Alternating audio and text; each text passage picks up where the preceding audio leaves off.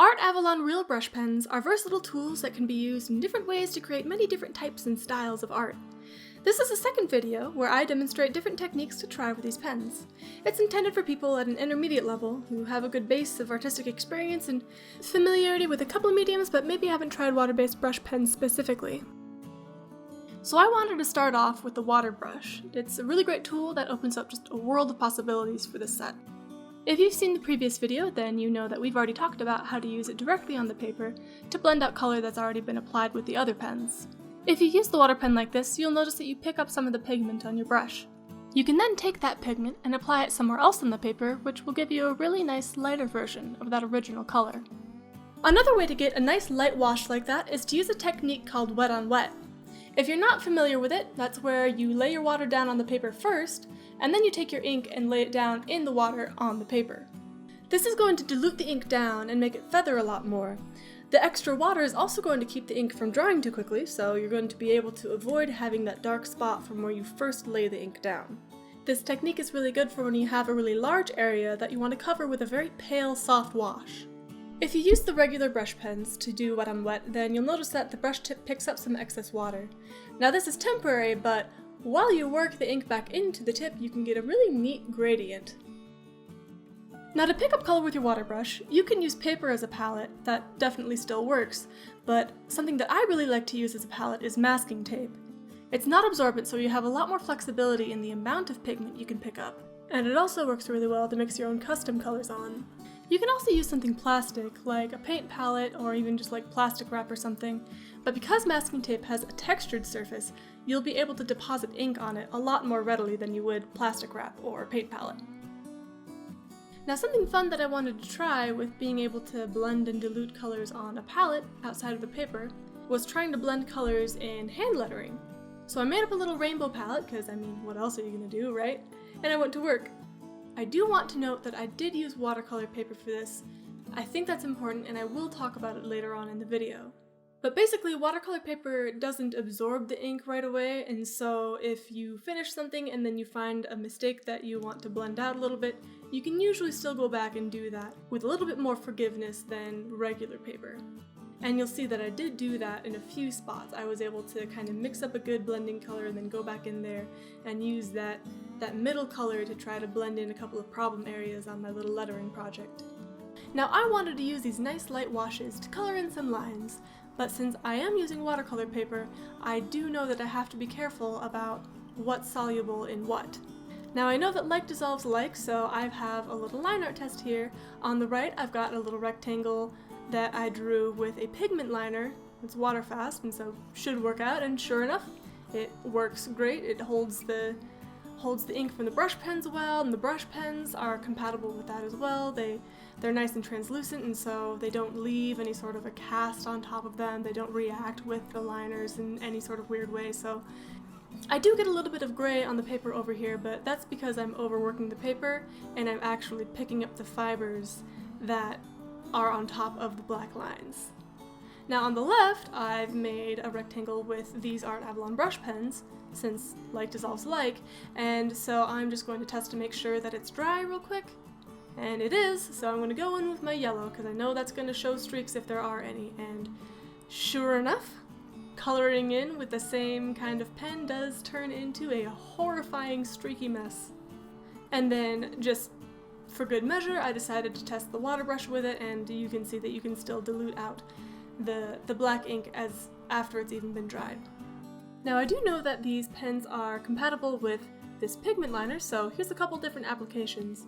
The first is a much looser application of an ink sketch. I'm just using these pens to lay in the darkest darks, and then the water pen to blend that out. And the pigment liners hold up really well to that kind of application. The second image has a similar thing going on in the hair and the shirt here, where I'm just laying down the dark colors, blending out with a water pen, but for the skin tone, I'm using a lot of mixing on this masking tape palette. You can see as I'm combining colors, I'm combining them on the palette as well as on the brush and on the paper, just kind of painting around with it, and it definitely allows for a lot of flexibility. Now if you're doing a larger painting, something that might be useful to keep on hand is a spray bottle full of water. This will help you cover large areas with water, and it'll also help you to blur lines together if you're looking to get a nice wash. You should keep in mind that that's a lot of water for paper to hold, and you're probably going to get quite a bit of buckling. So something that you can do in order to mitigate this is to use a hairdryer to dry your painting after you're done applying all of your ink. And you can use the hairdryer to kind of iron out the worst of the buckling as you go along. Using a hairdryer will definitely help to fix buckling, but something that you can do to help prevent it in the first place is to tape your painting down before you start. I'm using painter's tape here, which is just overglorified masking tape. And then you can see I've used my spray bottle to really saturate my paper with water, and I'm just using a wet on wet technique to do a nice little rainbowy fun background. If you combine taping your painting down with using a hairdryer, things are going to stay pretty flat pretty well.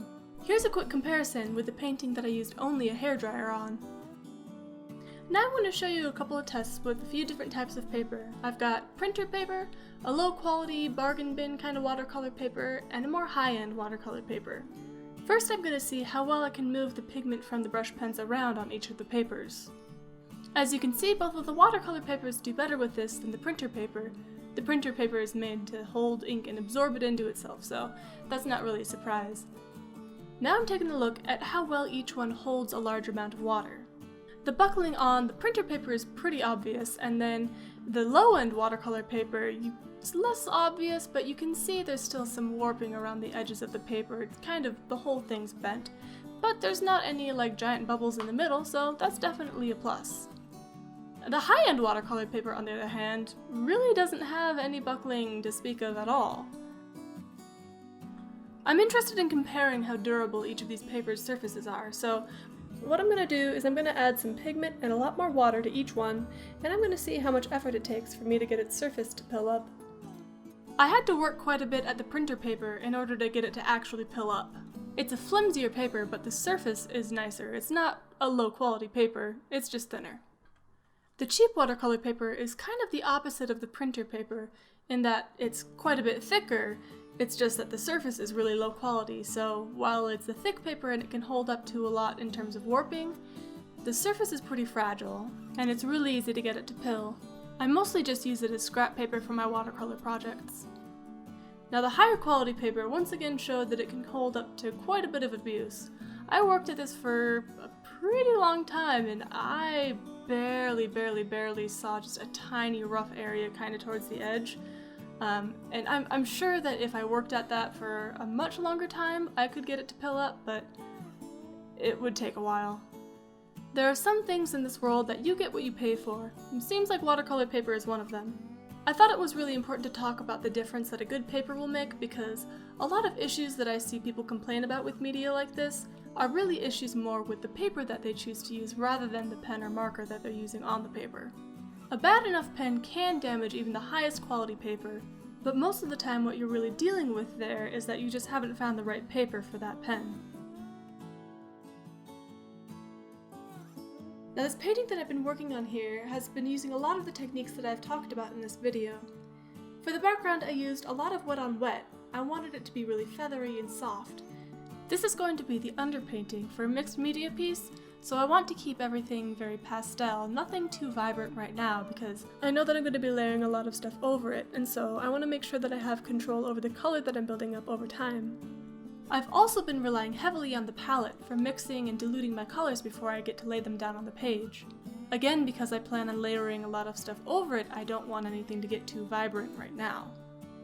You'll also notice that I've taped the painting down beforehand, especially because I knew that I would be using a lot of water on the background, so I expected warping to be a really big issue, so anything that I could do to nip that in the bud beforehand, I wanted to do. Now the same characteristics that make these pens really compatible with a good water-fast pigment liner also make it a really good option to layer over with other media on top of them. I plan on using mostly colored pencils on top. Sometimes if you've got a painter and ink and maybe it's got like kind of a grainy or chalky finish or some kind of weird residue, or sometimes it's like weirdly slippery or oily, any of those things. Sometimes that happens and it makes layering over them with anything, let alone colored pencils, pretty difficult.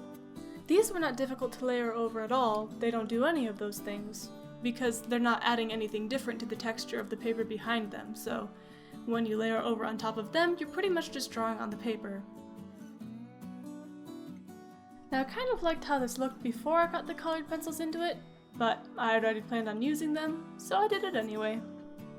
It was really fun to play around with, and this is where I ended up with it.